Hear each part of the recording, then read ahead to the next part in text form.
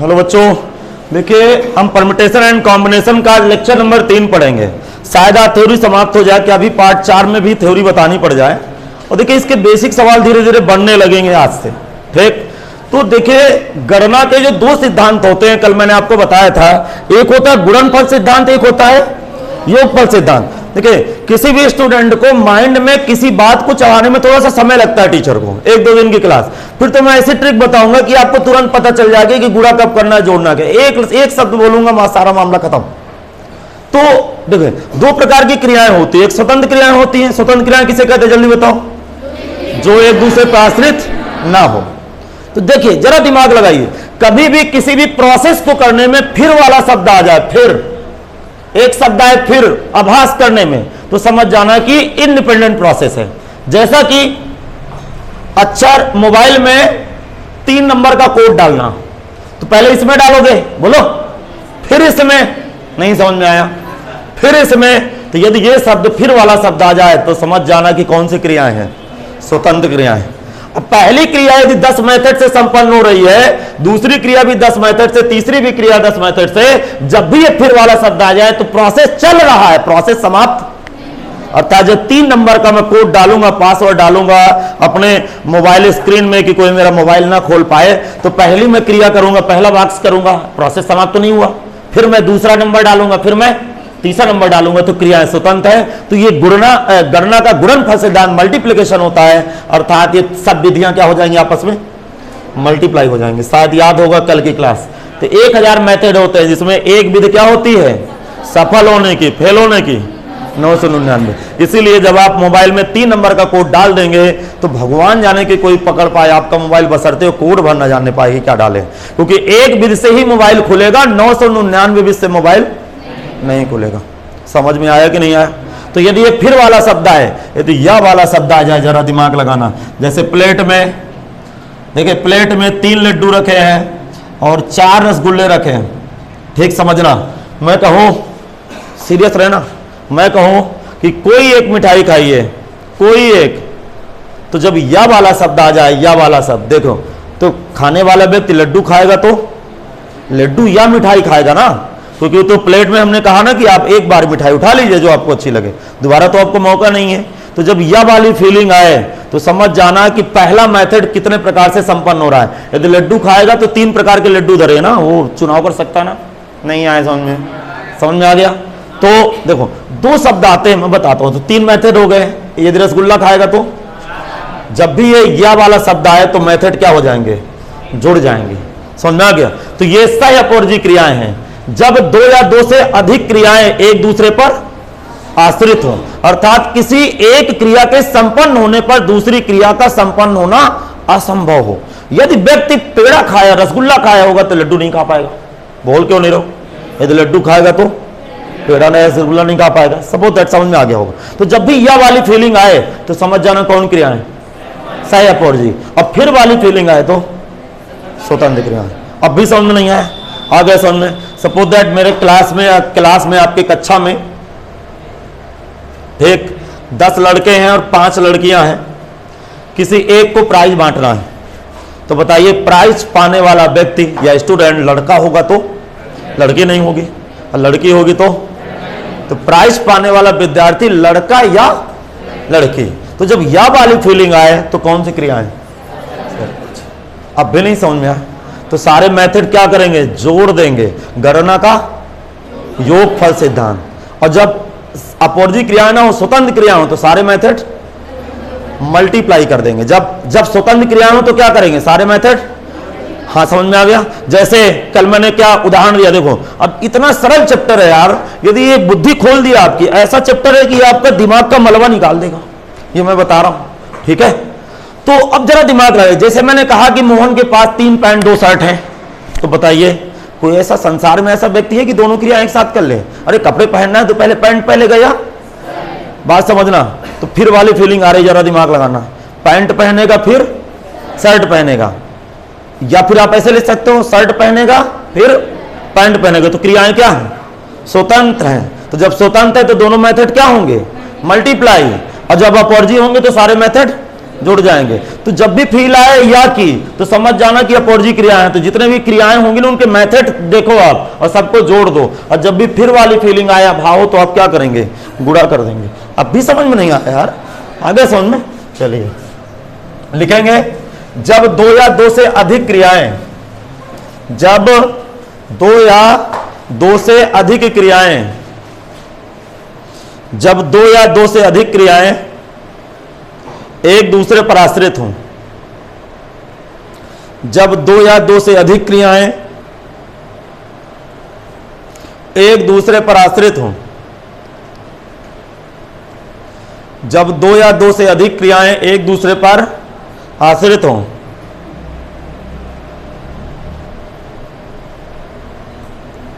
तो उन क्रियाओं को सह अपवर्जी क्रियाएं या आश्रित क्रियाएं कहते हैं। तो उन क्रियाओं को सह अपवर्जी क्रियाएं या आश्रित डिपेंडेंट प्रोसेस या आश्रित क्रियाएं कहते हैं।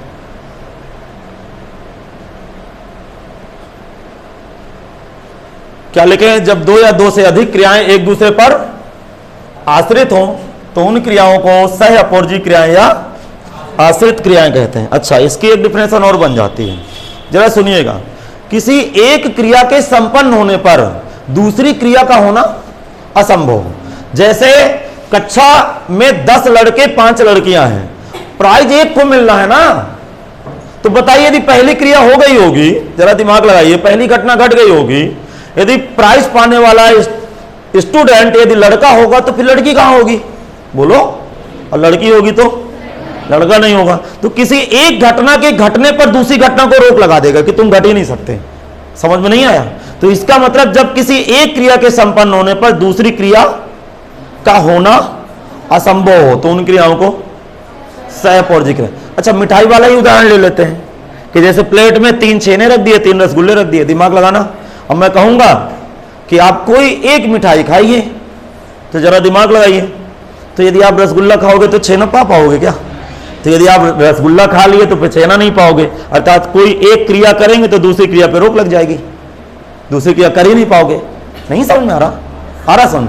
तो इसकी दूसरी डिफिनेशन क्या हो सकती है कि जब किसी एक क्रिया के संपन्न होने पर दूसरी क्रिया का होना असंभव हो तो उन क्रियाओं को सह अपवर्जी लिखेंगे।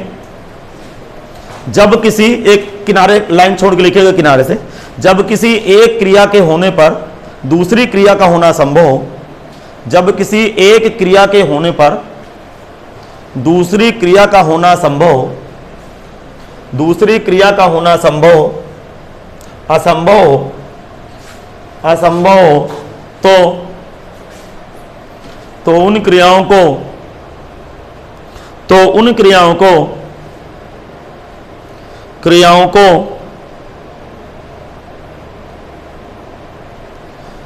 को सह अपवर्जी क्रियाएं कहते हैं। जैसे एग्जाम्पल लेते हैं,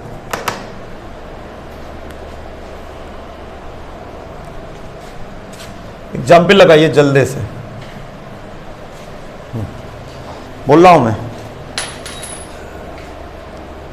यदि किसी कक्षा में 10 लड़के तथा 5 लड़कियां हैं, यदि किसी कक्षा में 10 लड़के तथा 5 लड़कियां हैं,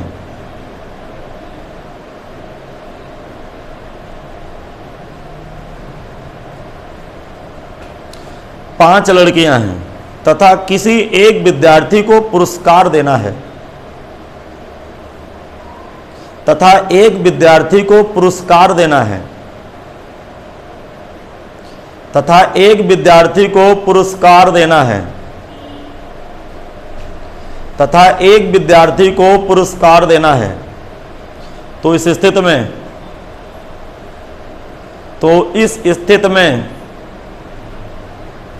बोलो, पुरस्कार पाने वाला विद्यार्थी लड़का होगा या लड़की होगी? तो इस स्थिति में पुरस्कार पाने वाला विद्यार्थी, तो इस स्थिति में पुरस्कार पाने वाला विद्यार्थी लड़का होगा या लड़की होगी?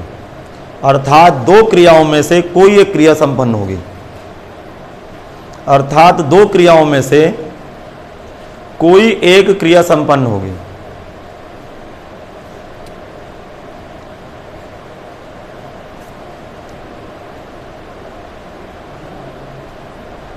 अर्थात दो क्रियाओं में से कोई एक क्रिया संपन्न होगी। इसलिए दिया गया उदाहरण सह अपवर्जी क्रिया, इसलिए दिया गया उदाहरण सह अपवर्जी क्रिया। तो मैंने एग्जाम्पल लगाया वो डिपेंडेंट प्रोसेस। क्यों डिपेंडेंट प्रोसेस है? क्योंकि चुना गया विद्यार्थी लड़का होगा या, तो जब भी या वाली फीलिंग आए तो समझ जाना कि अपवर्जी क्रिया है। अब जरा दिमाग लगाइएगा, सुनिएगा, आप फिर से जरा आभास करेंगे। देखो मैं बार बार मिठाई वाला उदाहरण ले रहा हूं, इस बार समोसा रख दो, ठीक। ये 3 समोसे रखे हैं और 4 रसगुल्ले रखे हैं, और हम आपसे कहेंगे और 2 यहां छेना भी रख देते हैं। अब मैं यहां पे कंडीशन लगा दूंगा कि किसी एक वस्तु को उठा के खाना है, ठीक है। तो आपके पास ना प्रोसेस 3 दिख रहे हैं, बोलो, लेकिन फिर वाली फीलिंग नहीं आ रही कि समोसा खाऊं, फिर रसगुल्ला खाऊं, फिर छेना खाऊं। ये फीलिंग आ रही है क्या? नहीं आ रही, क्योंकि अपवर्जी में मैं बात कर रहा हूं। यदि मैं समोसा खा लूंगा तो मैं फिर रसगुल्ला और छेना खा नहीं पाऊंगा। तो किसी एक क्रिया को कर लूंगा मैं तो अन्य क्रियाओं पे ब्रेक लग जाएगा। ध्यान से सुनेंगे, समझ में आ गया? किसी भी टॉपर स्टूडेंट का आप इंटरव्यू देख लीजिए, हर एक मोबाइल में इंटरनेट है, हर एक जेब में इंटरनेट भरा हुआ है, बहुत बड़ी ताकत भरे हुए हैं। गूगल को बोल दो, सब बता देता है, इतना सर्च।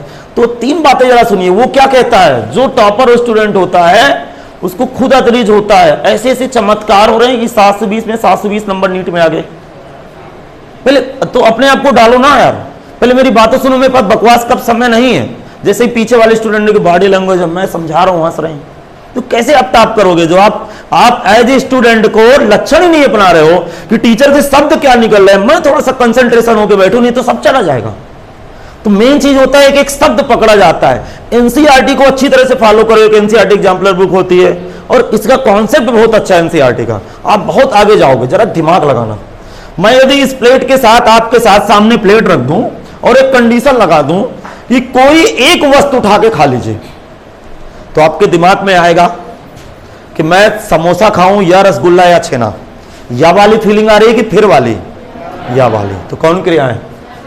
तो यदि मैं समोसा खाऊंगा, बात समझिएगा, दिमाग लगाना, तो मैं 3 समोसे दिख रहे हैं, मैं उनमें भी सिलेक्शन करूंगा। तो यहां 2 शब्द आप पढ़ेंगे, अरेंजमेंट और सिलेक्शन। अरेंजमेंट का मतलब व्यवस्थित करना, बोलो यार। तो जब प्लेट में मैं अरेंजमेंट करूंगा तो समोसों को लाइन से लगाऊंगा। अक्सर देखते होंगे घर में सलाद लग काटा जाता है, थोड़ा सा अरेंजमेंट किया जाता है। यार वही तो क्रमचय है, धीरे धीरे फील होगा ना। मैं रसगुल्ले लगाऊंगा तो थोड़ा सा लाइन से लगाऊंगा, या बिखरे बिखरे नहीं लगाऊंगा। जब सब लोग सब्जियों की दुकान पे जाते हैं तो वो अरेंजमेंट करते हैं कि नहीं करते? एक टोकरी में अपना टमाटर रखे रहते हैं, बात समझ आ गया? तो इसको अरेंजमेंट बोलते हैं। तो यहाँ 2 शब्द आप सुनेंगे, अरेंजमेंट करना और सिलेक्शन करना। सिलेक्शन का मतलब सेलेक्ट करना, चुनाव करना, ठीक। आपके पास कितने समोसे हैं? तो 3 समोसे में कोई एक सेलेक्ट करोगे, लेकिन कितने प्रकार से सेलेक्ट कर सकते हो? 3 प्रकार से। अर्थात जो पहला प्रोसेस है वो 3 मेथड से सेलेक्ट हो सकता है। इसी प्रकार यदि रसगुल्ला खाओगे तो, यदि छेना खाओगे तो, अर्थात ये तीनों क्रियाएं सह अपवर्जी हैं, क्योंकि कोई एक क्रिया होगी तो दूसरी क्रिया। तो पहली क्रिया कितने बिट से? दूसरी क्रिया 4, तीसरी क्रिया। तो जब सह अपवर्जी क्रियाएं होंगी तो गणना का योगफल सिद्धांत का प्रयोग होगा।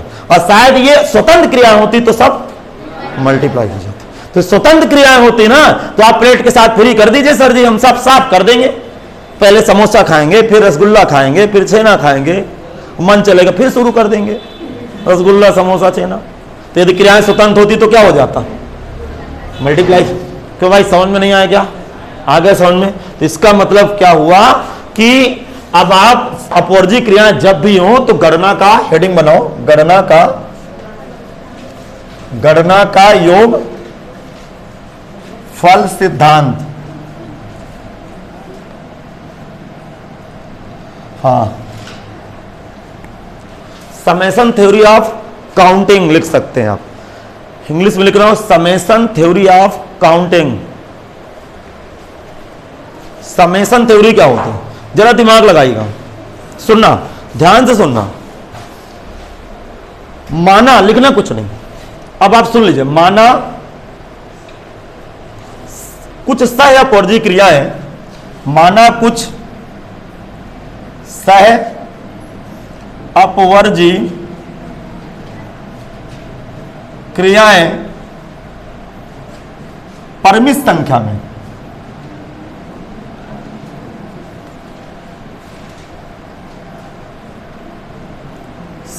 में m कामा n कामा p डॉट डॉट विधियों से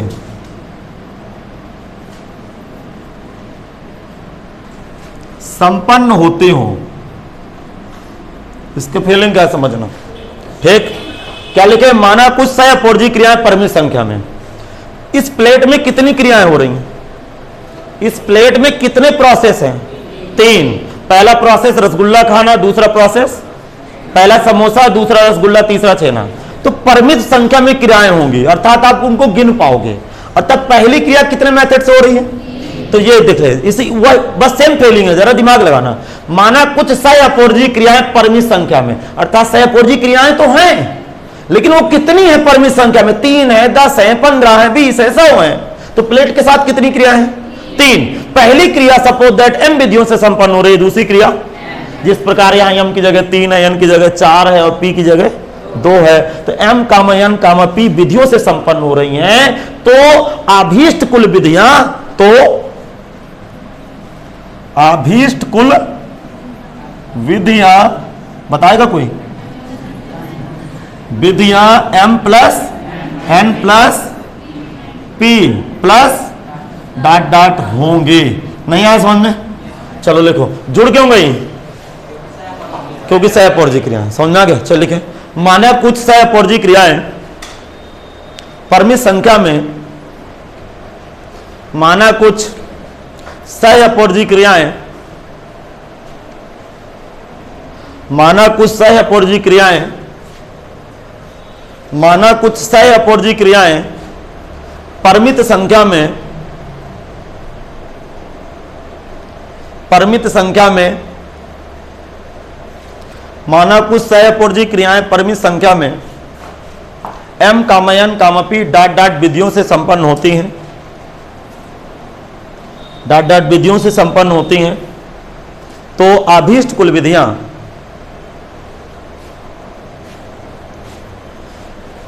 डॉट डॉट, तो अभीष्ट कुल विधियां m plus n plus p plus dot dot होंगी। नोट लगाइए नीचे,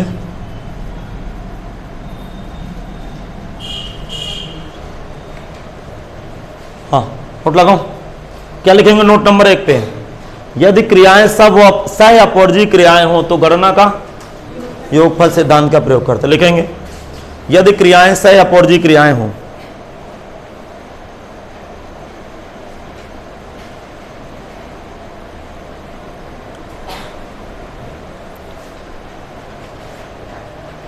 यदि क्रियाएं सह अपवर्जी क्रियाएं हो,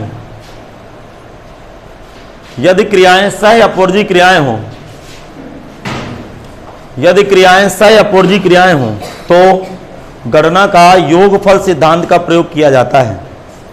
तो गणना का, यदि क्रियाएं सह अपवर्जी क्रियाएं हो तो गणना का योगफल सिद्धांत का प्रयोग किया जाता है।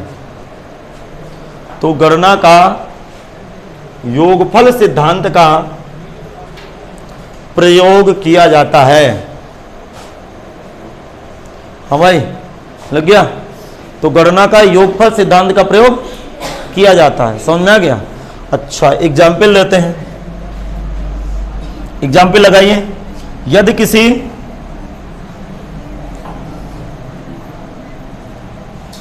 किसी कक्षा में 10 लड़के और 5 लड़कियां हैं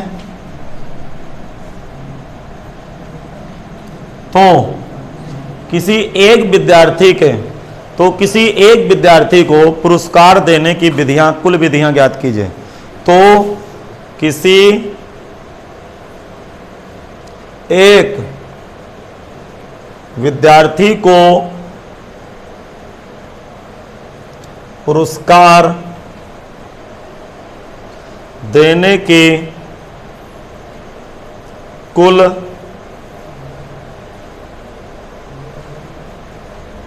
विधियां ज्ञात करें। अच्छा सुने, बताओ यहां पे प्रोसेस कितने हैं? जो समझ लीजिए जिसको जजमेंट लेना होगा, डिसीजन लेना होगा, वो कितने प्रकार के प्रोसेस कर सकता है? दो। पहला प्रोसेस है लड़के को चुनना, दूसरा प्रोसेस है लड़कियों को चुनना। लेकिन कोई एक प्रोसेस करेगा, लेकिन यदि पहला प्रोसेस करेगा तो कितने मेथड से करेगा ये बता दो। 10। दूसरा प्रोसेस 5। चुना गया विद्यार्थी लड़का होगा या, तो जब भी या वाली फीलिंग आए तो कौन क्रियाएं? सह अपोरजी। तो सारे प्रोसेस कितने मेथड से हो रहे हैं उनको निकाल के क्या कर देना है? जोड़ देना है। और जब भी फिर वाली फीलिंग आए तो कौन क्रियाएं हैं? तो सारे मेथड ज्ञात करके क्या कर देना है? मल्टीप्लाई कर देना। अब भी क्वेश्चन गलत होगा, कैसे गलत होगा? मेरे साथ बने रहिए, गलत होने का तो सवाल ही नहीं उठता। लिखेंगे, बोलो मैं इसका सलूशन देखिए, बोल रहा हूं। यदि चुना गया विद्यार्थी लड़का होगा तो पहली क्रिया 10 विधियों से संपन्न होगी। यदि चुना गया विद्यार्थी लड़का होगा तो पहली क्रिया 10 विधियों से संपन्न होगी। हल पे है, हम चले गए, सलूशन इसका दे रहे हैं। यदि चुना गया विद्यार्थी लड़का होगा तो पहली क्रिया 10 विधियों से संपन्न होगी।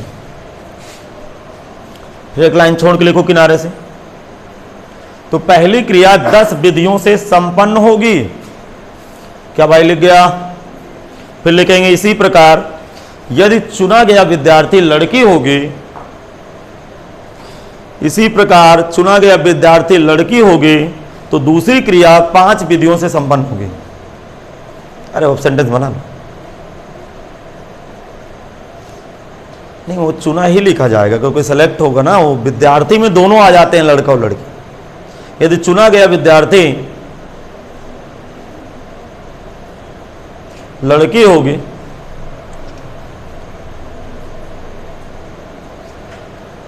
तो दूसरी क्रिया क्या लिखूं? कितनी लड़कियां हैं? 5 विधियों से संपन्न होंगी। अब रीजन लिखेंगे, देखो क्या लिखेंगे? क्रियाएं कितनी हैं? 2। बोलो, एक दूसरे पर आश्रित हैं क्या? तो कौन क्रियाएं? सह अपोरजी। बिल्कुल साफ साफ रीजन लिखेंगे, चूंकि दोनों, सुन लीजिए पहले, चूंकि दोनों क्रियाएं सह अपोरजी क्रियाएं हैं, इसलिए गणना के योगफल सिद्धांत से आभीष्ट कुल विधियां 10 धन 5 बराबर 15 लिखेंगे। चूंकि दोनों क्रियाएं सह अपोरजी क्रियाएं हैं, चूंकि दोनों क्रियाएं सह अपोरजी क्रियाएं हैं, इसलिए चूंकि दोनों क्रियाएं सह अपोरजी क्रियाएं हैं, इसलिए गणना के, चूंकि दोनों क्रियाएं सह अपोरजी क्रियाएं हैं, इसलिए गणना के योगफल सिद्धांत से आभीष्ट कुल विधियां 10 धन 5 बराबर 15। सुनो, एक एग्जाम्पल और लगा लेते हैं, बकवास बंद करते हैं। हमें ये समझ में आया कि नहीं आया? मैंने 2 शब्द आज बोले हैं आपको। जब भी आपको क्वेश्चन को करते समय बार बार फिर वाले शब्द की फीलिंग आए तो समझ जाना कि गुणा करना पड़ेगा। और या वाले की फीलिंग आए, या का मतलब समझ गए होंगे, जैसे मैंने बताया कि समोसा और रसगुल्ला वाला, या का मतलब कोई एक खाओगे, तो फिर समझ जाना। समझ में आ गया? एग्जाम्पल नंबर 2, यदि किसी समूह में 10 पुरुष 5 महिलाएं 5 बच्चे हैं। एग्जाम्पल नंबर 2 लीजिए, लिखो, बैठ क्यों जाते हो? एग्जाम्पल नंबर 2, यदि किसी समूह में 10 पुरुष 5 महिलाएं 5 बच्चे हैं तो किसी एक व्यक्ति की चुनने की विधियां ज्ञात कीजिए। यदि किसी समूह में 10 पुरुष तथा 5 महिलाएं तथा 5 बच्चे हैं। समझ में आ गया? 10 पुरुष 5 महिलाएं 5 बच्चे हैं। तो किसी एक व्यक्ति को चुनने की कुल विधियां ज्ञात कीजिए। तो किसी एक व्यक्ति की चुनने की कुल विधियां ज्ञात कीजिए।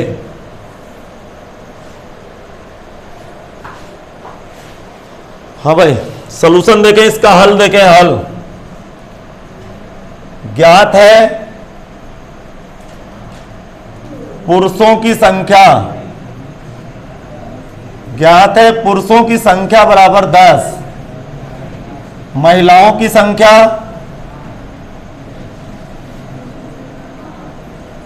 महिलाओं की संख्या 5, बच्चों की संख्या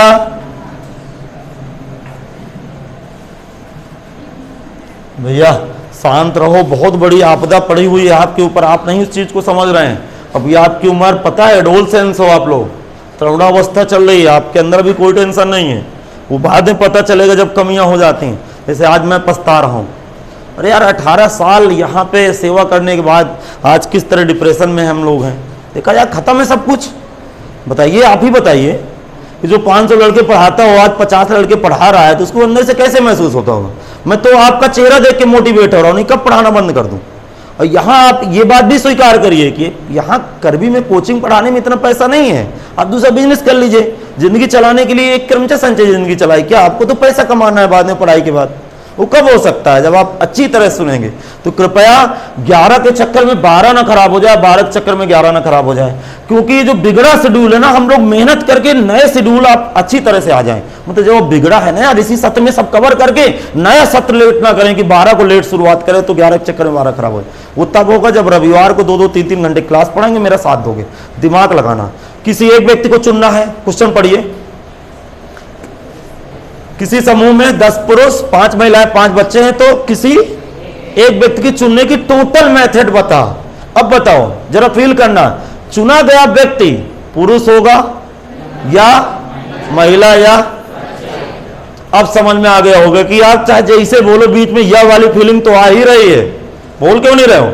इसका मतलब कि प्रोसेस तो 3 हो सकते हैं, लेकिन हो सकते हैं ना यार, लेकिन होगा तो एक। लेकिन यदि पहला प्रोसेस होगा तो कितने मेथड से? 10, दूसरा, तीसरा। लेकिन किसी एक क्रिया के होने पर दूसरी क्रिया को रोक लगा देगा। यदि आप पुरुष चुन चुके होंगे तो चुना गया व्यक्ति महिला बच्चे नहीं होंगे, तो कौन गणना का? योग पर सिद्धांत, अभीष्ट कुल विधियां सब क्या हो जाएंगे? जुड़ जाएंगे। अब भी नहीं समझा? लिखेंगे, यदि चुना गया व्यक्ति पुरुष होगा तो पहली क्रिया 10 विधियों से संपन्न हो सकती है। यदि चुना गया व्यक्ति पुरुष होगा तो पहली क्रिया 10 विधियों से संपन्न होगी।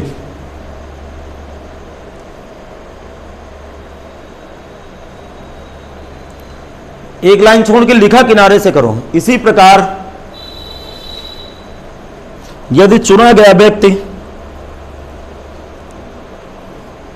महिला होगी तो दूसरी क्रिया 5 विधियों से संपन्न होगी।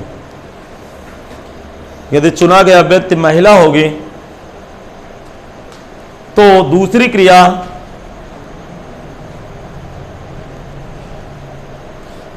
क्रिया 5 विधियों से संपन्न होगी।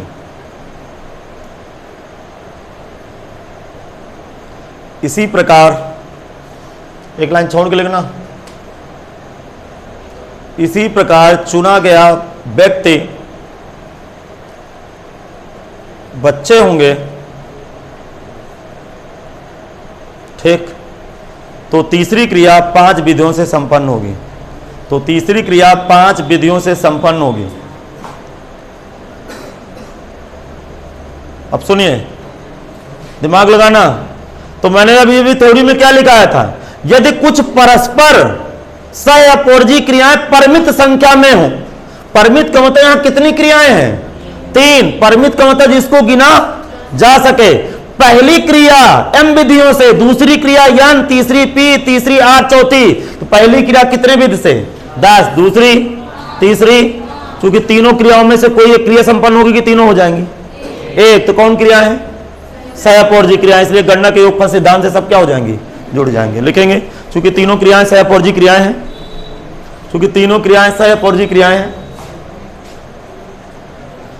क्योंकि तीनों क्रियाएं सहअपवर्जी क्रियाएं हैं, इसलिए गणना के योगफल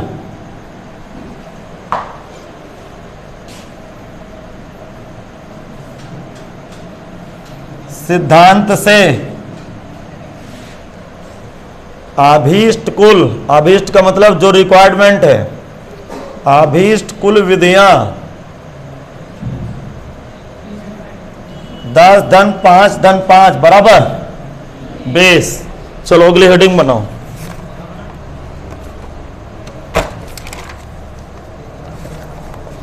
हाँ भाई, समझ में आ गया? एक शब्द मैं कहो तो मैं नोट करके लिखा दूं, ध्यान सुनना ध्यान से। प्रश्न को हल करते समय यदि फिर शब्द आए तो गुणनफल सिद्धांत का प्रयोग करना, और या शब्द आए तो हाँ लिख लो। प्रश्न हल करते समय, प्रश्न को हल करते समय यदि शब्द फिर का प्रयोग हो, शब्द फिर का प्रयोग हो,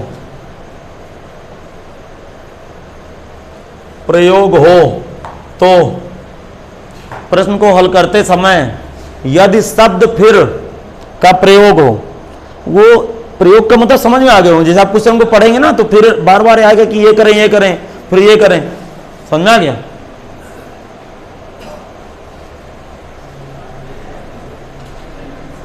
बोलो। फिर का प्रयोग हो तो गणना का गुणनफल सिद्धांत का प्रयोग किया जाता है, तो गणना का गुणनफल सिद्धांत का प्रयोग किया जाता है,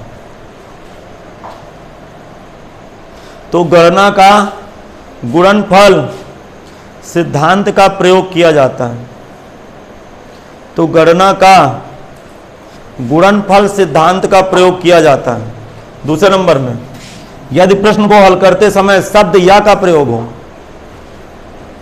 यदि प्रश्न को हल करते समय शब्द या का प्रयोग किया गया हो, यदि प्रश्न को हल करते समय शब्द या का प्रयोग किया गया हो,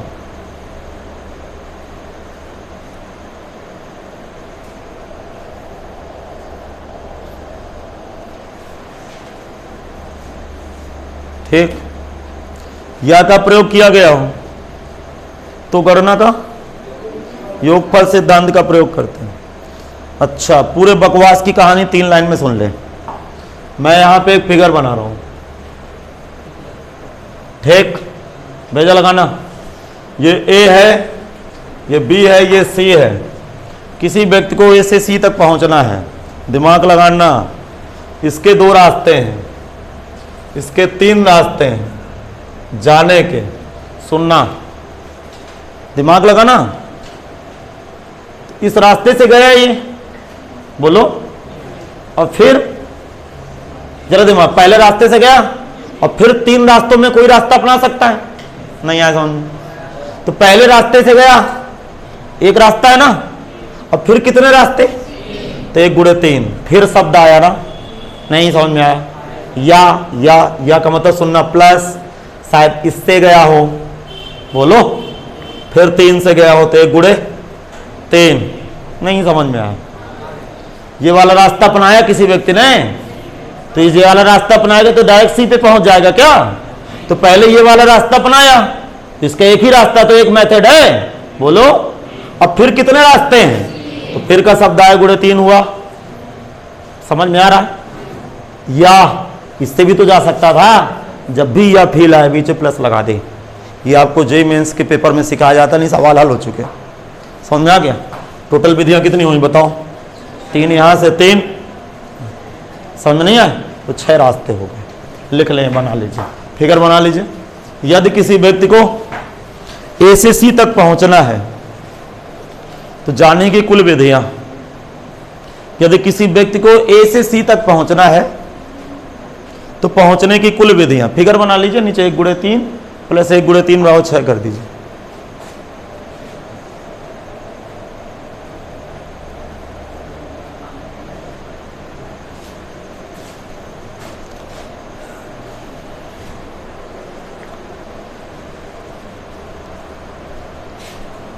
अच्छा सुनो, ये आपको प्लस समझ में नहीं आया क्या?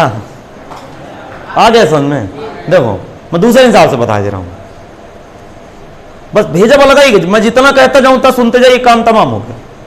बोलो, देखो आप फिर वाले शब्द से ना लगाते, मतलब या वाले शब्द से लगाते तो भी सवाल हो जाता है। अब जरा दिमाग लगाइए, गणना दो तरह होती है, एक तो आप जोड़ जोड़ के कर सकते हो या फिर गुणा करके कर सकते हो। अच्छा 2 को 5 बार जोड़ा गया तो 2 को 5 बार जोड़िए तो भी 10 आएगा, 2 गुणे 5 कर दोगे तो भी 10 आएगा। समझ में आ रहा है कि नहीं? जैसे कोई आप बगीचे में खड़े हैं, 5 फूल इस तरह लगे हैं, 5 फूल, 2 2 4 1 5, और 4 इस तरह लगे हैं, तो बेवकूफ हो क्या, 4 गुणे 5 कर दो 20 आ गया फूलों की संख्या, क्योंकि 4 इस तरह लगे हैं, 5 इस तरह लगे हैं, तो रो गुणे कालम कर दो। अरे समझ में नहीं आया? आ गया समझ में? तो जरा दिमाग लगाइए, इसका दूसरा मेथड ये था, जरा दिमाग लगाना। पहला प्रोसेस ए से बी तक पहुंचना, फिर बोलो फिर, हाँ थोड़ा सा यहाँ पे चौराहा चाय पानी कर लिया जा, थक गए हैं। तो पहला प्रोसेस कितने प्रकार से? 2 प्रकार से, 2 ही तो रास्ता है। फिर बी से कहाँ जाएगा? फिर, और दोनों फिर आया ना तो स्वतंत्र है ना, समझ में आ गया? अर्थात 2 गुणे 3 बराबर 6, ऐसे भी लगा सकते हो। तो धीरे धीरे माइंड में आने लगेगा। आ गया होगा समझ? नहीं आया समझ? जो मैंने नोट लिखा है ना उनका मैंने लॉजिक बताया, कुछ ऐसे प्रयोग होगा सवालों पे। लिखेंगे अगली हेडिंग, क्रमचय का अर्थ। अब काम की बात पे आते हैं, अभी तो हम प्रोसेस ही बता रहे थे, अभी उसके ऊपर तो गया ही नहीं चैप्टर के ऊपर। लिखेंगे क्रमचय का अर्थ, मीनिंग ऑफ परम्यूटेशन। क्रमचय, क्रमचय का अर्थ, सुनना ध्यान से, सुनना ध्यान से, सीरियस रहना। मीनिंग ऑफ परम्यूटेशन लिखना है इंग्लिश में, लिख लीजिएगा। बोलूं मैं, जब वस्तुओं के चयन में क्रम का ध्यान दिया जाए तो चयन का प्रत्येक ढंग, ढंग का मतलब तरीका, अरे चयन का मतलब समझ गए ना, सेलेक्ट करना है यार, बात समझ गए? जब वस्तुओं के चयन में क्रम का ध्यान दिया जाए तो जितने भी चुनाव के ढंग होंगे वो प्रत्येक ढंग को, ढंग का मतलब प्रत्येक तरीके को क्या बोलते हैं? क्रम से बोलते हैं। अरेंजमेंट करना है यार। अब जरा दिमाग लगाइए, थोड़ा सा दिमाग लगाइए, आपको लॉजिक पकड़ में आ गया। आपके घर में दीपावली आ रही है, सफाई वफाई हो रही है, ठीक? आपके कमरे की सारी किताबें उठा के बिखेर दी गई हैं फर्श में। अब आपको कहा गया है कि इनको अरेंजमेंट करिए। अरेंजमेंट मीन्स व्यवस्थित करें, तो ये व्यवस्थित करना ही तो क्रमचय। तो आप क्या करोगे? मैथ वाली किताबें, मैथ वाली नोट्स एक जगह लगाओगे, फिजिक्स वाली एक जगह लगाओगे, केमिस्ट्री वाली। तो जब वस्तुओं के चयन में क्रम का ध्यान दिया जाए, बोल क्यों नहीं रहे हो? तो चयन का जो प्रत्येक ढंग होगा, ढंग मीन्स तरीका, क्या कहलाता है? क्रमचय। तो जिस प्रकार हिंदी में संध लिखी जाती है, क्या होता है? क्रम धन चयन। अरे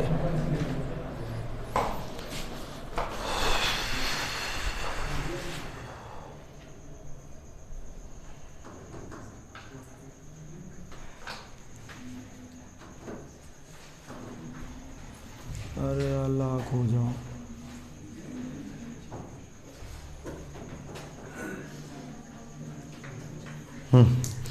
तो क्या लिखेंगे? सुनना, क्रम धन चयन अर्थात क्रम युक्त चयन। क्रम धन चयन का मतलब क्रम युक्त चयन, समझा गया? तो मैं सीधा सीधा 2 लाइन लिखा दूं, इधर तो बहकने से क्या फायदा। जब वस्तुओं के चयन में क्रम का ध्यान दिया जाए तो चयन, चयन का मतलब सेलेक्ट करना, समझ में आ गया? चयन का प्रत्येक ढंग क्या कहलाता है? वह क्रमचय कहलाता है। लिखेंगे जब वस्तुओं के चयन में क्रम का ध्यान दिया जाए, जब वस्तुओं के चयन में क्रम का ध्यान दिया जाए, जब वस्तुओं के चयन में, जब वस्तुओं के चयन में क्रम का ध्यान दिया जाए तो चयन का, तो चयन का प्रत्येक ढंग,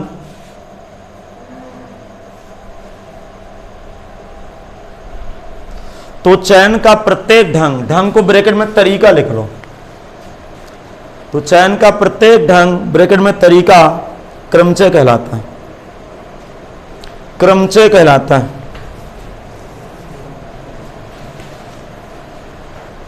अच्छा, जैसे एक एग्जाम्पल लगा दीजिए भैया, लिखे मोहन के पास 5 पैंट 3 शर्ट 2 टाई हैं, 3 टाई कर देते हैं, टाई है तो सुनिएगा, तो कपड़े पहनने की विधियां ज्ञात कीजिए।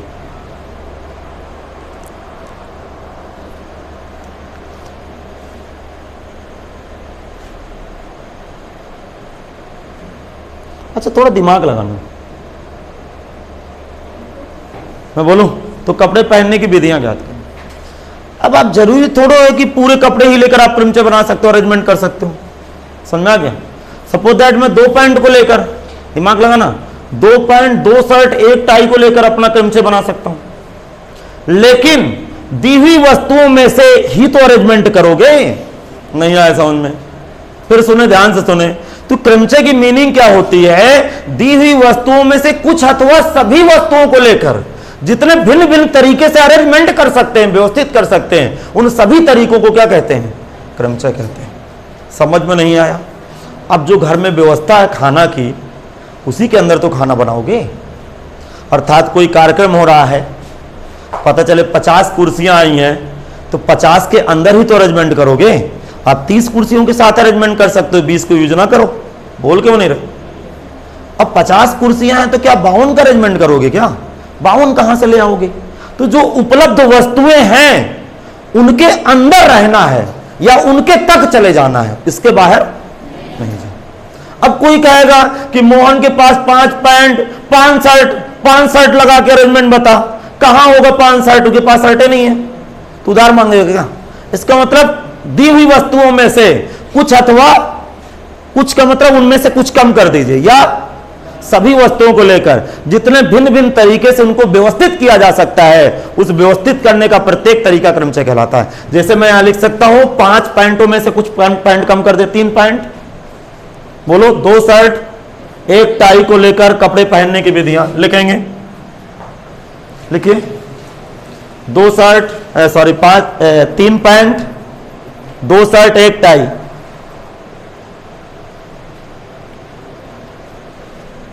तीन पैंट लिखे ना, क्या लिखे हैं आप लोग? 3 पैंट कामा 2 शर्ट तथा 1 टाई को लेकर कपड़े पहनने की विधियां। जल्दी बताओ। हाँ, गुणा करेंगे जोड़ेंगे? क्यों गुणा करेंगे? क्योंकि फिर का सब प्रयोग हो रहा है। मतलब कौन सी क्रियाएं हैं? स्वतंत्र। पहले पैंट पहना 3, फिर शर्ट पहना 2, 1 टाई पहना 6 विधि आ गई। अच्छा, अब इस बार पूरा ले लो। 5 पैंट तथा 3 शर्ट तथा 3 टाई को लेकर कपड़े पहनने की कुल विधियां। कुल विधियां बताओ क्या होगा? क्या होगा? 5 गुणे 3 गुणे 3 कितना आया? 45 विधियां होंगी। गुणा क्यों हुआ? क्योंकि क्रियाएं स्वतंत्र हैं। समझ में आ गया? यदि मैं आम भाषा में प्रयोग करूं, मैं क्रमचय नहीं जानता हूं, मुझे पता है कि मैं पैंट पहनूंगा, फिर शर्ट पहनूंगा, फिर टाई पहनूं, यह वाली कहानी तो नहीं होगी। फिर वाला शब्द प्रयोग हो रहा है, तो आप मल्टीप्लाई करोगे। क्या समझ में आ गया? तो कुल मिला के क्रमचय का अर्थ हुआ। क्रमचय का अर्थ क्या है? आपको अरेंजमेंट करना है आपको उसके अंदर। मतलब वो देहात में कहावत है ना यार, कि जितनी चादर है उतना पैर फैला, और तो पास जितनी व्यवस्था उसके अंदर रहो। समझ आ गया? अब मैं देखो, अब क्रमचय की परिभाषा क्या होगी? तो क्रमचय की यही परिभाषा है, दी हुई वस्तुओं में से कुछ अथवा सभी वस्तुओं को लेकर बात समझा गए, कुछ अथवा सभी वस्तुओं को लेकर जितने विधियों से व्यवस्थित किया जा सकता है, उस प्रत्येक व्यवस्था को क्या कहते हैं? क्रमचय कहते हैं। लिखेंगे क्रमचय की परिभाषा। क्रमचय की परिभाषा,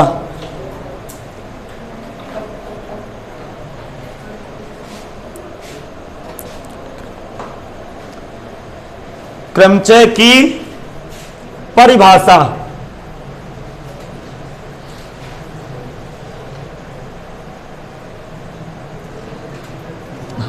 देखो, अच्छा थोड़ा सीरियस होकर सुनिए। क्रमचय का मतलब होता है क्रम युक्त सेलेक्ट करना। मेरी बात सुनिएगा, हर एक व्यक्ति अपना काम कुछ ना कुछ ऑर्डर दिमाग में लगाता है। ऑर्डर दिमाग में क्या लगाता है? जैसे मुझे ट्रैफिक चौराहा जाना है तो एक ऑर्डर लगा लिया बैठे बैठे कि मैं यहां से पटेल तिराहा जाऊंगा, फिर LIC चौराहा जाऊंगा। बोलो, ऑर्डर लगा रहा है ना, पहले इधर गया, ये क्रम हो गया, फिर ये क्रम होगा। तो क्रम युक्त चयन करना क्रमचय कहलाता है। लेकिन मुझे बताइए, आपको ट्रैफिक चौराहा जाने के लिए जितनी व्यवस्थाएं हैं उसी व्यवस्थाओं के अंदर रहोगे ना। अब पता चले मेरे कोचिंग हाल से ट्रैफिक चौराहा के जाने के 10 रास्ते हैं, तो 10 रास्तों के अंदर कोई रास्ता चुन सकते हो या 10 चुन सकते हो? नहीं समझ में आया? बोलो भैया, आ गया समझ में? तो ये मतलब है। अब मतलब क्या है कि उसके अंदर अरेंजमेंट करना है। इसका मतलब दी हुई वस्तुओं में से कुछ अथवा सभी वस्तुओं को लेकर जितने भिन्न भिन्न तरीके से व्यवस्थित किया जा सकता है, तो व्यवस्थित करने का प्रत्येक तरीका क्या कहलाता है? क्रमचय कहलाता है। लिखेंगे दी हुई वस्तुओं में से कुछ अथवा सभी वस्तुओं को लेकर, दी हुई वस्तुओं में से कुछ अथवा सभी वस्तुओं को लेकर, दी हुई वस्तुओं में से कुछ अथवा सभी वस्तुओं को लेकर, कुछ अथवा सभी वस्तुओं को लेकर जितने भिन्न भिन्न तरीके से व्यवस्थित किया जा सकता है, जितने भिन्न भिन्न तरीकों से व्यवस्थित किया जा सकता है,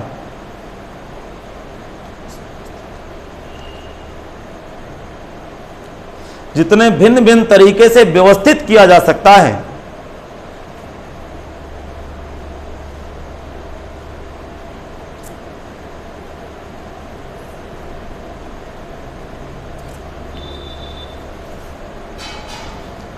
व्यवस्थित किया जा सकता है, तो व्यवस्थित करने की प्रत्येक क्रिया को क्रमचय कहते हैं। तो व्यवस्थित करने की प्रत्येक क्रिया को, तो व्यवस्थित करने की प्रत्येक क्रिया को, तो व्यवस्थित करने की प्रत्येक क्रिया को क्रमचय कहते हैं।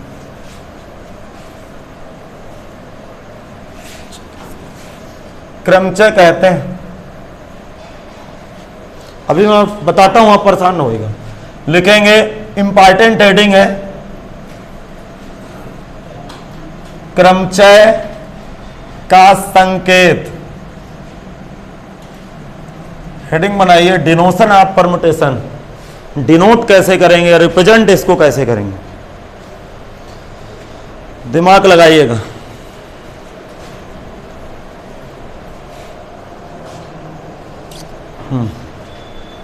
इस चैप्टर में मतलब इतना समझाना पड़ता है, समझ लीजिए कि आपके कान पक जाएंगे मेरा आवाज सुनते सुनते। सुनना, कभी भी NPR लिखा हो, NPR, तो ये आपकी मूल वस्तुएं हैं जो कि दी गई हैं। ठीक, P मीन्स परमुटेशन, हिंदी में क्या बोलेंगे? क्रमचय। सपोज दैट मैंने यहां पे 1 2 3 4 5 6 7 8 9 10 समोसे रख दिए। ठीक, अब मैं कहूंगा कि आप फ्री हो, स्वतंत्र हो, समोसा आप खाइए। तो जरा दिमाग लगाइएगा, आप 10 समोसों में से कोई समोसा नहीं चुन सकते। बोल क्यों नहीं रहो? तो 10 में से कोई नहीं चुन सकते, अर्थात मूल वस्तुएं कितनी है आपके पास प्लेट में? तो ऊपर 10 भर गया, नीचे आपको सेलेक्ट करना है। ठीक, यहां P भर देंगे। यदि आप कोई समोसा नहीं खा रहे हो तो क्या है? 10P 0। इसका मतलब 10 वस्तुओं में से 0 वस्तुओं का चुनाव करना हो गया, सेलेक्ट करना होगा। बोल क्यों नहीं रहे? समझ में आ गया? इसका मतलब फिर क्या होगा? यदि दो समोसा खा रहे हो तो क्या होगा? 10P2। और 10P2 की फीलिंग क्या होगी? अर्थात 10 वस्तुओं में से 2 वस्तुएं आप खाली स्थान भर रहे हो। अर्थात जब आप पहला प्रोसेस करोगे, अर्थात 10 10 टोटल वस्तुओं में से 2 प्रोसेस कर रहे हो, प्रोसेस मींस क्रिया। तो पहली बार आप समोसा खाया, दिमाग लगाना, कितने समोसे थे? तो पहला प्रोसेस कितने प्रकार से कर सकता है? 10 प्रकार से। एक समोसा तो पेट के अंदर चला गया, बोलो कितने बचे? 9।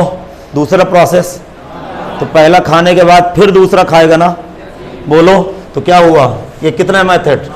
तो 10p2 का सीरीज क्या बनी? 10 गुणे 9। नहीं समझ में आया? इसका मतलब क्या है?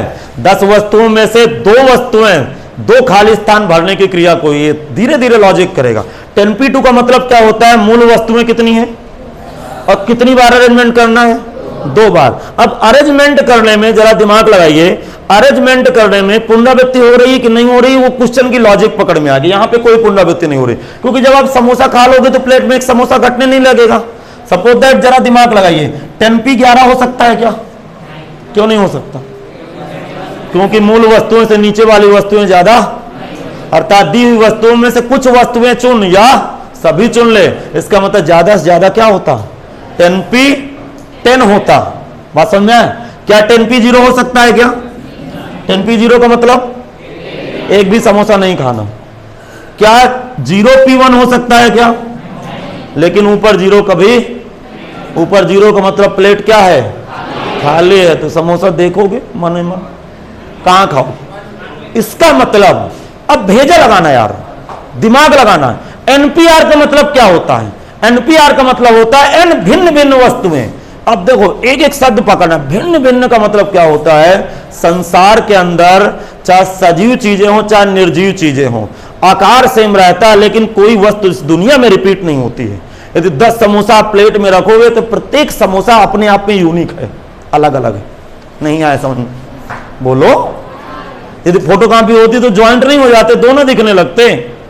तो इसका मतलब 10 भिन्न भिन्न वस्तुओं में से, ठीक है, 8 वस्तुओं को लेकर, एक साथ 8 वस्तुओं को लेकर बने क्रमचयों की संख्या को किससे व्यक्त करते हैं? एनपीआर से। बात समझ में आ गया? एन और आर की जगह कोई भी भिन्नात्मक नंबर नहीं पड़ा होगा। ऐसा दुनिया में नहीं हो सकता कि 1.5 समोसे में 3/4 समोसा खा ले, ऐसा नहीं आएगा। अर्थात ऊपर भी पूर्णांक भरा होगा और नीचे भी पूर्णांक भरा होगा। इसका मतलब यन किसको बिलोंग करेगा? जल्दी बताओ, यन किसको बिलोंग करेगा? नेचुरल नंबर को। अर्थात ऊपर 0 नहीं हो सकता, यन बिलोंग करेगा नेचुरल को। आर बताओ? नहीं, आर नेचुरल। अरे आपको लगा होगा कि मैं पहले दिन की क्लास क्यों पढ़ा, मुझे पता है कि आप कक्षा 6 में भी नौटंकी करके आओ। आर किसको बिलोंग करेगा?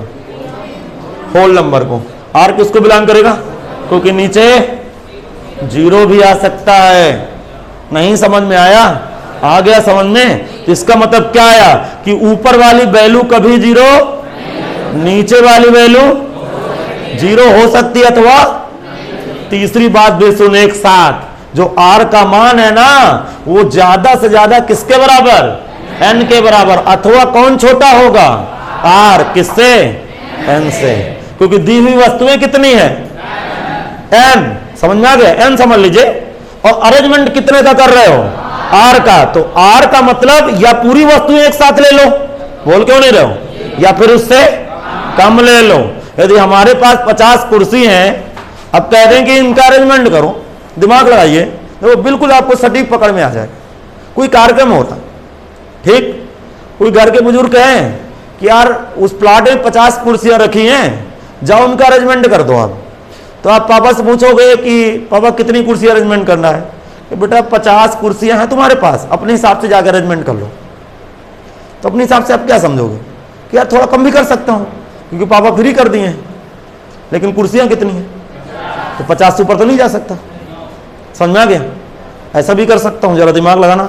2 घंटे बाद पापा बुलाए, लड़का नालायक था, एक कान से सुना एक कान से उड़ा दिया। क्या बेटा अरेंजमेंट किया? नहीं पापा भूल गया। इसका मतलब नीचे क्या लगा दिया उसने? 0 लगा दिया। नहीं समझ में आया? बोल क्यों नहीं रहो? तो आप 50 में से 10 कुर्सी का अरेंजमेंट कर सकते हो? बोलो। नहीं कर सकते। तो यहां पे अब पकड़ में बात आ गई। अर्थात जब 50 कुर्सियां आपके पास मौजूद है ना, तो 50 कुर्सियां भिन्न भिन्न है। अरे देखने में एक कलर है तो मेरी क्या गलती है? लेकिन प्रत्येक कुर्सी तो अलग अलग है ना, कि 50 जुड़ी है फेविकोल से, अलग अलग है। समझ में आ रहा हो? परिभाषा बनाओ। एन भिन्न भिन्न वस्तुओं में से एक साथ आर वस्तुओं को लेकर बने क्रमचयों की संख्या को एनपीआर, अर्थात कभी भी एनपीआर लिखा हो तो इसको क्या पढ़ेंगे? एनपीआर। इसकी फीलिंग क्या होती है? एन भिन्न भिन्न वस्तुओं में से आर खाली स्थान भरना। मैं अभी इसका अर्थ बताऊंगा, लिखेंगे स्मॉल एन भिन्न भिन्न वस्तुओं में से, स्मॉल एन भिन्न भिन्न वस्तुओं में से, वस्तुओं में से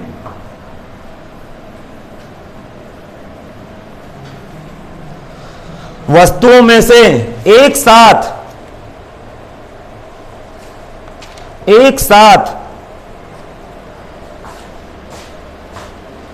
ठीक, एक साथ आर वस्तुओं को लेकर, स्मॉल आर लिखिएगा, एन भिन्न भिन्न वस्तुओं में से एक साथ आर वस्तुओं को लेकर,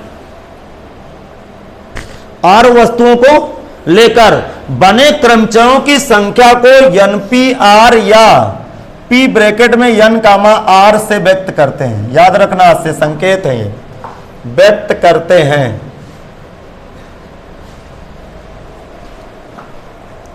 पी एन कामा आर से व्यक्त करते हैं। अभी मैं सब समझाता हूं। देखो, एनपीआर या पी एन कामा आर से व्यक्त करते हैं। हाँ, नोट नंबर 1 ध्यान से सुनना। एनपीआर में स्मॉल एन बिलोंग नेचुरल और बोलो आर बिलोंग होल नंबर। नहीं समझ में आया? इसका मतलब एनपीआर में एन क्या है? एन किसको बिलोंग करेगा और आर किसको बिलोंग करेगा? इसका मतलब ऊपर कभी 0, नीचे 0 हो सकता है और नहीं हो सकता। इसका मतलब दूसरी बात, एनपीआर में बोलो आर 0 हो सकता है, किंतु एन डज नॉट इक्वल 0 और r less than equal n. सुनना, एनपीआर में आर तो 0 हो सकता है, इसकी जो फोटो दिखेगी वो आर 0 को दिखा देगी, लेकिन एन कभी 0। दूसरी बात, ये ऐसा चमत्कार ना कर देना कि नीचे बड़ा नंबर भर दे, कि पता चले ऊपर 5 भरा नीचे 10 भर दे, तो चमत्कार हो जाएगा। अर्थात इसकी जो औकात होगी ज्यादा से ज्यादा इसके, अथवा आर क्या होगा? कम होगा। अब भी नहीं समझना, आ गया होगा समझ। फिर बताओ, ये दोनों लाइन समझ में आई कि नहीं आई? आगे समझ में। अब थोड़ा सा दिमाग लगाइए, तीसरे नंबर का मतलब क्या होता है? कभी भी NP2 लिखा हो तो NP2 का मतलब क्या होता है, मैं आपको समझाने की कोशिश करता हूं। इसी से आपको लॉजिक पकड़ में आ जाएगा। NP2 का मतलब होता है कि n वस्तुओं में से 2 वस्तुएं चुनना। जरा दिमाग लगाना, जबकि किसी भी वस्तु की पुनरावृत्ति, अर्थात 2 डिब्बे 2 खाली स्थान भरने। आपके पास वस्तुएं कितनी हैं? n। तो पहला प्रोसेस NP2 का मतलब होता है कि n वस्तुएं हैं, आपको 2 बार प्रोसेस करना है, 2 बार प्रोसेस करना है। पहला जब प्रोसेस करोगे तो आपके पास वस्तुएं कितनी हैं? m। तो इसका अरेंजमेंट कितने प्रकार से? अब कोई एक वस्तु यहां टपका देगा, अरे सपोज दैट एक कुर्सी तो लगा देगा। अब कितनी बची? n-1। तो दूसरा अरेंजमेंट, और पहली कुर्सी लगाएगा, फिर दूसरी कुर्सी लगाएगा, फिर का मतलब गुणा, अर्थात NP2 का मतलब n इंटू n-1। नहीं आया समझ? आगे समझ। अर्थात एक घटते क्रम में गुणनखंड जाएगा। एक गुणा क्यों हुआ? क्योंकि क्रियाएं क्या हैं? स्वतंत्र हैं। आगे समझ में। अब दिमाग लगाना, आप दिमाग लगा लो तो मजा आ जाए। हाँ, NP3 का मतलब n-1। अच्छा, अब देखो, मन की आंखों से देखना, समझ में आना चाहिए, नहीं कोई मतलब नहीं मेरी पढ़ाई का। NP3 का मतलब क्या हुआ? वस्तुएं कितनी हैं? n। 3 बार आपको अरेंजमेंट करना है। पहली बार अरेंजमेंट करने में n वस्तुएं होंगी, n प्रकार से कर सकता है। एक वस्तु घट गई, अब कितनी बची? n-1। फिर एक घटी, n-2। तीनों क्रियाएं स्वतंत्र हैं। गणना का गुणनफल सिद्धांत, तीनों गुणा हो गया, बात खत्म। नहीं आए समझ? आ गया समझ। इसका मतलब भैया NPR का सूत्र बता दे फिर तो। 1 मिनट, एक आराम से 1 मिनट यार। अभी तुम पता है मैं 18 साल पढ़ा चुका, 4 साल पढ़ चुका, 22 साल हो गए इससे। अभी तुमको 22 घंटे नहीं हुए होंगे अभी। ध्यान से सुनना, इसकी सीरीज पकड़ना। जब नीचे 3 लिखा है, भेजा लगा ना, जब नीचे 3 लिखा है तो इसके 3 फैक्टर खुलते हैं, जब 2 लिखा है तो शायद NP1 लिखा होता तो N एक ही खुलता, कितने खुलेंगे? अरे पुलिस इसके ऊपर दबाव डालेगी, चल राज खोल, कहां कहां साले चोरी किया है, कहेगा साहब मारना नहीं N, फिर किसके घर गया? फिर गया मैं N-1, फिर किसके घर गया? N-2, और कितने घरों को कवर किया? तो कहे साहब मारना नहीं, R घरों को मैं कवर किया हूं, क्योंकि नीचे क्या लगा था? 3, तो कितने फैक्टर? 3 फैक्टर, इसका मतलब R गुणन खंडों तक। अभी फीलिंग नहीं आई, R ये पकड़ो आप बात, यहां पे NP2 लिखा है कि नहीं लिखा? तो कितने फैक्टर हैं? 2, 3 लिखा है तो 3, तो मैंने क्या लिखा? इस तरह के बकवास वाले फैक्टर कितने आएंगे? R आएंगे, और वो फैक्टर क्या होगा वो मैं बता रहा हूं, नहीं आया समझ में? आ गया समझ में? यहां पे यदि NP4 लिखा होता तो 4 गुणनखंड लिखते ना, NP10 लिखता तो 10 लिखते। अच्छा दिमाग लगाइएगा, इससे समझिएगा, इससे आप NPR का मतलब होता है N, फिर N-1, फिर और लास्ट का जो R फैक्टर होता है कितने मेथड से भरा जाता है? N-R+1। लिख लो इसको, याद कर लेना, मैं बताता हूं। लिखे लिखे, घबराने की जरूरत नहीं है।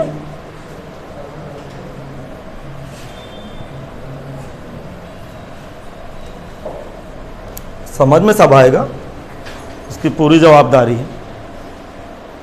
सुनना ध्यान से, बोलो। R गुणनखंड के मेथड क्या होते हैं? N-R+1। ऐसा सर जी क्यों? कुछ ऐसी बात बोल दे सर जी कि हमारे दिल में बैठ जाए ये तमाशा, दिमाग लगाना। शायद मैं यहां NP10 लिखा होता है, NP10, तो आप मन की आंखों से बता दो, N से शुरू करते और कहां से बंद करते? N-9 से। क्यों नहीं बोल रहे हो? बोलो। अरे N से N-9 तक करते तो 10 पूरे नहीं हो जाते? इधर दिमाग लगाओ, 3 था तो 2 से बंद कर दिए हो, बोलो। और 10 है तो अब सर जी सूत्र लगाओ, क्या होता है? N-R+1। N का मतलब N, R का मतलब 10, अब +1 तो क्या आ गया? N-9। N-9 नहीं आ गया, तो इसका मतलब लास्ट का फार्मूला क्या होता है? N-R+1। समझ में आ गया? तो ये फार्मूला N के बाद N-1। अब देखो, अब ये घटते घटते आपको कैसे लग रहा है, ठीक है, कि N-9 तक जाएगा। एक्चुअल ये बताता है लास्ट का फैक्टर, तो ये क्या बताएगा? N का मतलब N-R का मतलब 10 + 1, इसको कैलकुलेट करूंगा तो N-9। अब जरा मुझे बताओ NP100 की वैल्यू, N-1, N-2 डॉट कहां तक? N-R+1, total N-99। कितने गुणनखंड? कितने गुणनखंड? 100। कितने? 10, तो कितने? अब भी नहीं आया समझ? आ गया समझ, देख डाल। बहुत बवाल है यार, मुझे 2, 2.5, 3 घंटे पढ़ाने को मिले तो मैं कोर्स को नचा डालूं, लेकिन मजबूर हूं यार, आप लोग भी मजबूर, मैं भी मजबूर, क्या करें, समय नहीं। क्योंकि देखो, जो अच्छा कलाकार होता है ना, उसको अपने मतलब मन नहीं भरता कभी उसका। यदि आप अच्छे स्टूडेंट हो तो आपको पढ़ाई से मन नहीं भरेगा, यदि आप पढ़ाई से ऊब रहे हो तो आप स्टूडेंट नहीं हो, आप तमाशा हो। आप तो घर वालों के साथ तमाशा कर रहे हो, समझ गए होंगे। मैं थोड़ा सा कड़ू सत्य बोलता हूं तो मेरी बातें बहुत बुरी लगती हैं सब। हाँ, कुछ फार्मूले और होते हैं फैक्टोरियल, इनको याद कर ले। IX पे NPR का मतलब होता है, सुनना, NPR का मतलब होता है factorial N divide by factorial N-R। कल शायद मैं इसके विषय में चर्चा भी किया हूं।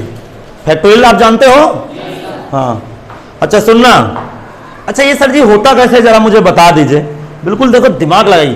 फैक्टोरियल की सीरीज खोलूंगा ना, अब फैक्टोरियल -1 की सीरीज खोलूंगा तो जाके सटीक बैठ जाएगा यार, वो बिल्कुल सटीक बैठ जाता है, उसकी आप टेंशन ना करें। अच्छा दिमाग लगाइए। तो इसी तरह NP0 का फार्मूला क्या होगा? सुनना, NP0 का मतलब क्या होता है, दिमाग लगाना। हम गेस्ट के सामने, आभास करना मेरी बात को, हमेशा एक वैल्यू, एक ही मेथड होता है इसका। हम गेस्ट के सामने मिठाई की प्लेट रख दी है, सपोज दैट मिठाई रख दी है, उनसे रिक्वेस्ट कर रहे हैं श्रीमान जी खा लीजिए। वो कह रहे हैं कि मैं जो शुगर है मैं मिठाई नहीं खाता हूं, तो मैं दूसरी कुछ व्यवस्था करूं? नहीं सर, आप अभी रहने दीजिए, अब दोबारा आते हैं तो मिलते हैं। अर्थात आपने यन वस्तु उनके सामने प्रस्तुत किया, उन्होंने हाथ जोड़ लिया, तो इसके हाथ जोड़ने की तो एक ही विधि होगी, बोल क्यों नहीं रहे हो? इसके अलावा कोई विधि नहीं है। इसका मतलब उन्होंने खाया ही नहीं। खाते तो तमाम विधियां हो सकती थी। जब खाते 10 रसगुल्ले रख देते तो पहला खाते तो 10 प्रकार से, दूसरा उठाते तो 10 गुणे 9 90 हो गया। अब गुणा हो रहा है, हाथ जोड़ लिए, तो एक ही मेथड है, कोई नहीं खाए। समझ में आ गया? जरा सुने तो इससे जरा दिमाग लगाओ। Factorial n upon factorial n minus r, n minus 0, तो ऊपर भी फैक्टोरियल n नीचे भी फैक्टोरियल n, कट के क्या बन गया? 1। चलो लिख लो। तो ध्यान रखना, कभी भी np 0 आए, नीचे 0 आए तो खटाक से वैल्यू 1 भर देना।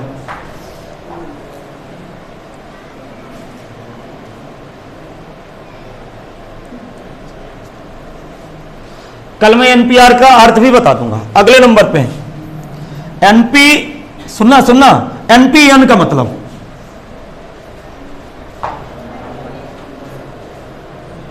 सोचो।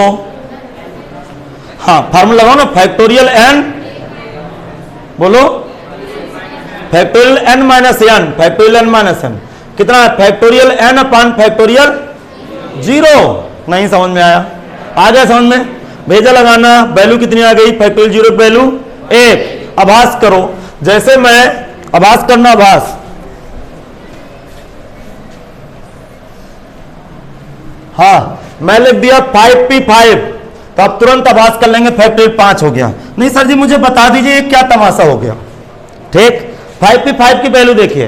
5p5 का मतलब होता है 5 वस्तुओं में से बारी बारी 5 वस्तुओं को चुनाव करना।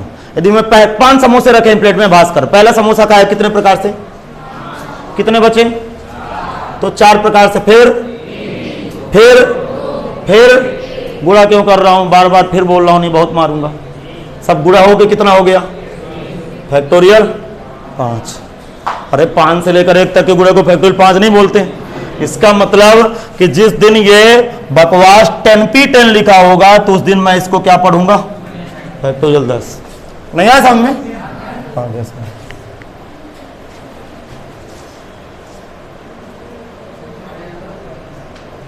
हाँ, np1 की वैल्यू बोलो, जल्दी बोलो। अरे n, चाहे फार्मूले से खोल लो। अरे फार्मूले से खोलूंगा तो फैक्टोरियल n बटे फैक्टोरियल n माइनस 1, सुनना, n माइनस 1 भेजा लगा ना थोड़ा सा। ठीक, फैक्टोरियल मैंने क्या बताया कि कोई भी संख्या फैक्टोरियल से बाहर करते हैं तो एक संख्या फैक्टोरियल में कम हो जाती। जैसे n को बाहर किया, बाहर क्या दिया? फैक्टोरियल में क्या दिया? मर गए, वैल्यू कितनी आ गई? n। अगले नंबर में np2, देखो अब फैक्टोरियल से ना खोलो, नहीं परेशान हो जाओगे, कट जाता है वो। np2 का मतलब होता है n से शुरू कर 2 फैक्टर लेकर। अभी अभी तो मैंने चर्चा किया है यार। np3 का मतलब जल्दी बताओ। n minus 1, n minus 2। np4 का मतलब n minus 1, n minus 2, n minus 3। np 100 का मतलब np लिख दो। np 50 का मतलब बोल जल्दी से n minus 1, n minus 2 dot dot n minus 49। np 100 का मान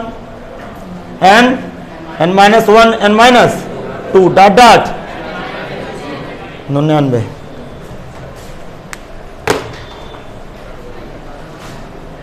समझ में आया कि सब ऊपर से जा रहा है?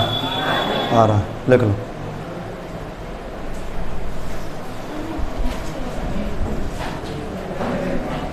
मेरा मन तो नहीं करता कि मैं छुट्टी करूं क्योंकि पता है ना रिदम बिगड़ जाता है। मतलब कोई टॉपिक उठाओ आज ही खत्म करो, लेकिन मजबूरी, चलिए कल पढ़ाते फिटे। तो अगली हमारी हेडिंग होगी एनपीआर का अर्थ, और कल आप एनसीईआरटी की बुक लेके आएंगे। मेरे चौथे लेक्चर से एनसीईआरटी लग जाएगा।